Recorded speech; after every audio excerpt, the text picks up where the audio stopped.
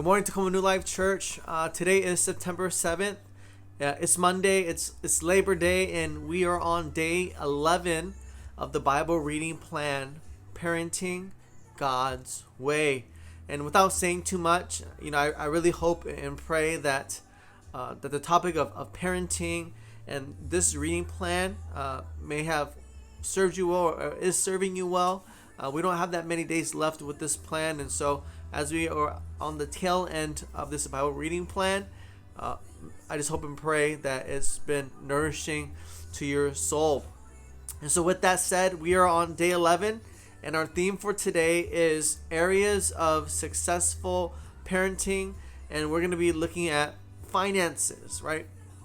Finances. I know that's kind of a weird subject to talk about when it comes to parenting, but when we think about money is always kind of a hot topic, right? It seems to be a sensitive subject in the church, in our relationships, in our marriages, in our families. But money isn't something that we should just glance over and take lightly. I think money is a serious topic, right? A serious business. And the reason why I say that is because I've seen families destroyed over money, right? I've seen significant others betray each other over money. I've seen kids disown a parent because of money and so forth, right? There is just something about money that has a tendency to expose the ugliest side of us. And you might think, like, what does this have to do with parenting? I think it's important for us as parents to instill into our children a humble heart when it comes to things like money. I think the best way to explain this is when it comes to money, our children shouldn't have a hate for money. They shouldn't look at it as if it's a bad thing.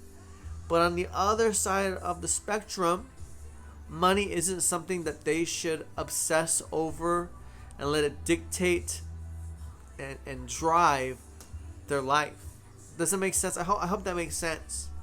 For me personally, recently my kids have started to kind of grasp the concept of money. Like before, you could just give them a coin. Like literally, you could just give them a penny, and if it was shiny, they would be happy. They would think that they are the richest kids in the world, right? Their face would just light up. But now, not so much, right? They are slowly realizing that they are going to need a lot more shiny coins to come even remotely close to buying some of the toys that they want. They now know that they're going to need 20,000 pennies to buy some of the things that they want. And so naturally, what they're going to think, right? Their reaction is going to be, well, I guess I need more money. And that's where we have to be careful, right? A lot of kids, when you ask them what they want to do when they grow up, they want to be this or that, and one of the things that follows that conversation is they want to be rich. And because if they are rich, they can buy all the toys that they want. And we have to be careful.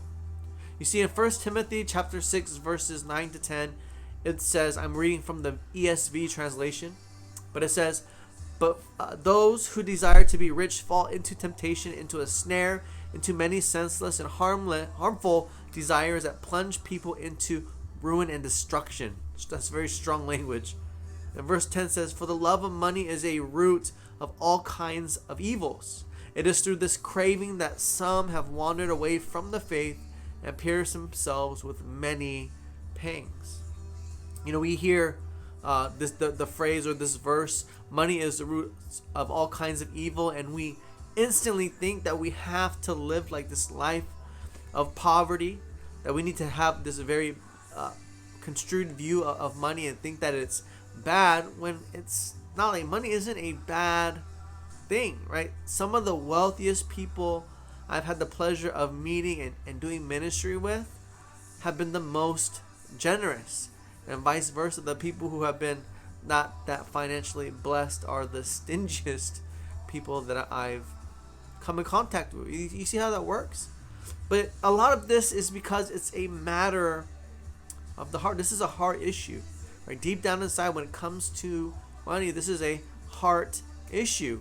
You see, verse 9 says, those who desire to be rich fall into temptation.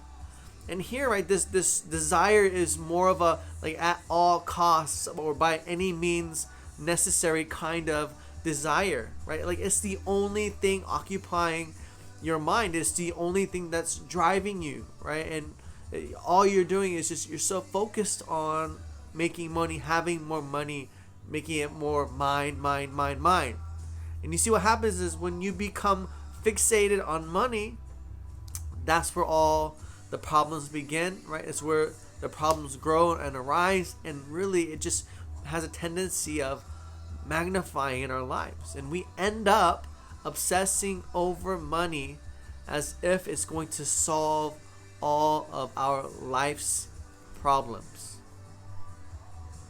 But when we are fixated on the kingdom, right? When our eyes are set on the things that are above, when our eyes are looking to God and God alone, and when we are becoming more and more kingdom-minded, kingdom-centered, kingdom-hearted, right? Kingdom-focused, however you want to word it, right?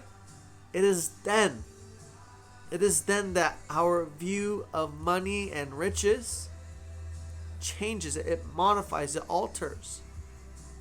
And then it can be used for God's glory, and it won't be something that takes over our hearts. Because why? God will be the one reigning in our hearts.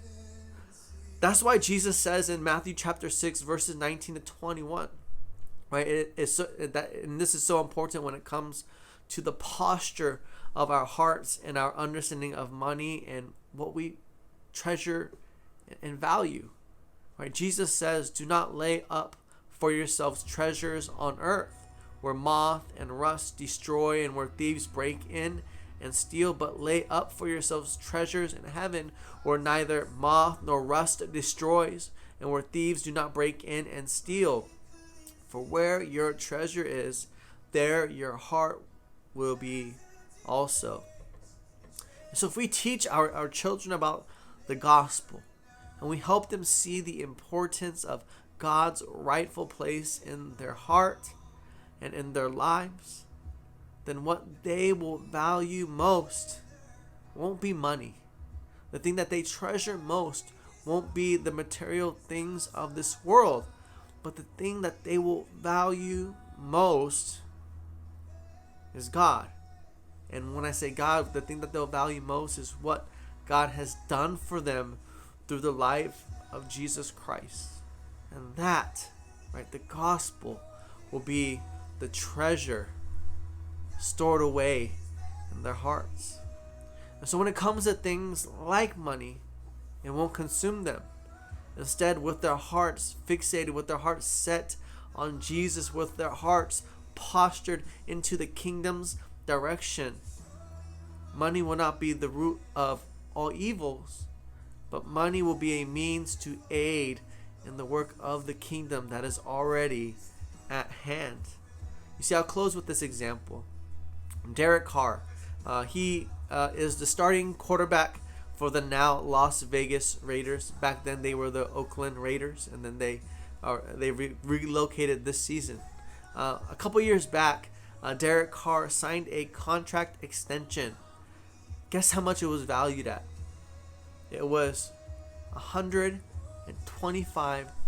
million over the span of 5 years. $125 million over 5 years. That's $25 million a year. That's a huge paycheck. And the reason why I share that is because when asked what he would do with his newfound riches, he said two things that kind of caught everybody off guard. Because when you think of football players or professional athletes, you think of them splurging on all these luxuries of life. But his response was quite different. He said, well, the first thing that I'm going to do with this newfound money that I've come into is I'm going to tithe, right? I'm going to give my 10th to the Lord. Like, who says that, right?